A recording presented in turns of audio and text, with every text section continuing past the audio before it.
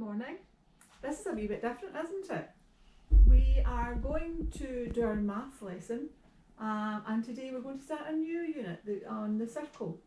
Now I've got on the board there the circle and the date and the textbook page number. What I would like you to do at the end is to note the date, to note the title and the textbook page and number. It's going to be the circle. So let's see what you know about the names of parts of the circle. Now I've drawn a circle on the board, and if we were in class I would be asking you, can anybody tell me the name, what the distance around the outside of the circle is? And I think a few of you would be able to tell me. There's a special name for the distance all the way around the outside of the circle. The distance all the way out round the circle is called the circumference. So the circumference is the special name for the perimeter of the circle. So the perimeter of the circle, distance round the outside.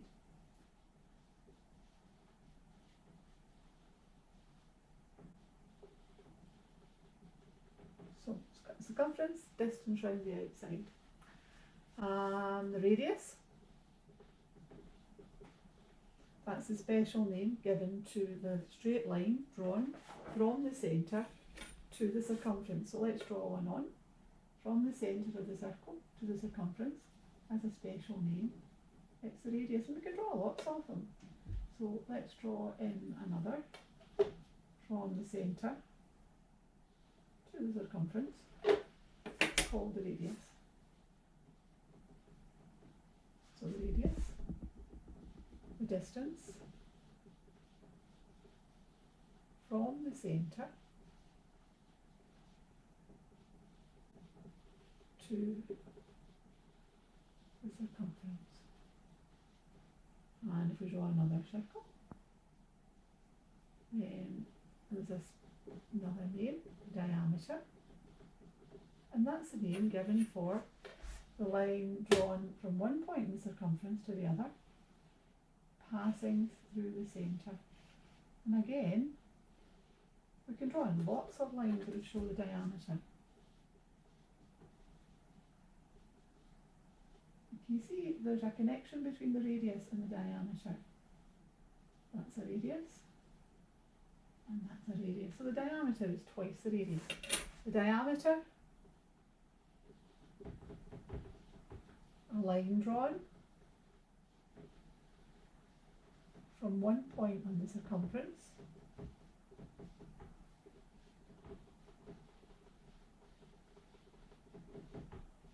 to the other, passing through the centre.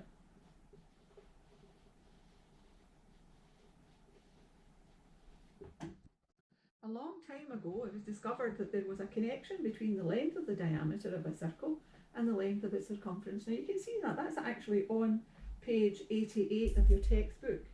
If we were in the classroom, we would do exercise 1. We would take various tins and put a bit of string around the outside and work out, compare the circumference to the diameter. We can't really do that here, so you could have a look at that in class. The circumference,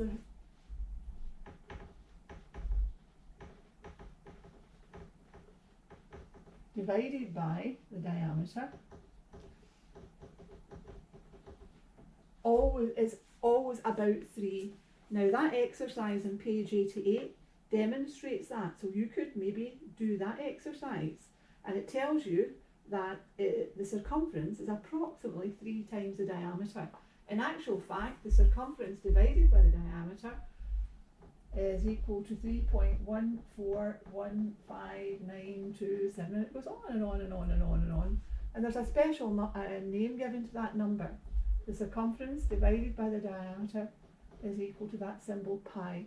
Now again, it tells you all of that in your book. Pi, we are going to take to 2 decimal places, 3.14. Now, we could rearrange that and write C equals pi d. Now that means we can work out the circumference for any circle as long as we know the diameter using that formula. So if we know the diameter, we can use that formula, C equals pi d, to work out the length of the circumference. So let's try an example. Supposing we had a circle and the diameter was 8 centimetres, so we've got the diameter is equal to 8 centimetres. Now if we wanted to trim that with a bit of rope or a bit of braid, how would we work that out? We would want to know the distance around the outside, we would want to know the circumference. So your question is, can we work this out? Now if you have the diameter, you can work that out. So if we have the diameter,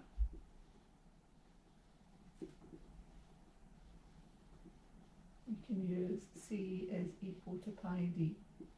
So if you have the diameter, then you can work out the circumference. We do have this, so we'll have 3 lines of working. We write down C equals pi d.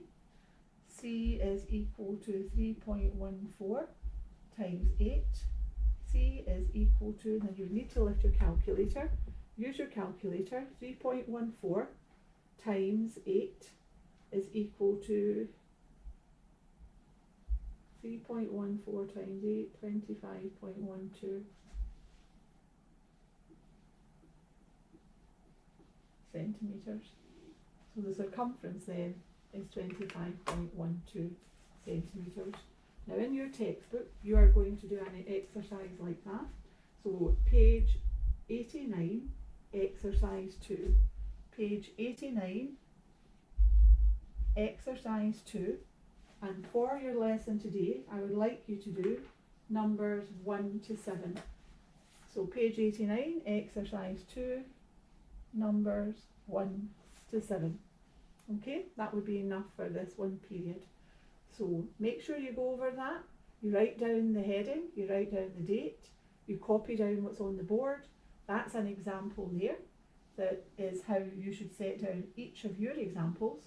And there's an example in the book to show you the same. So page 89, exercise 2, numbers 1 to 7. Okay, thank you, take care.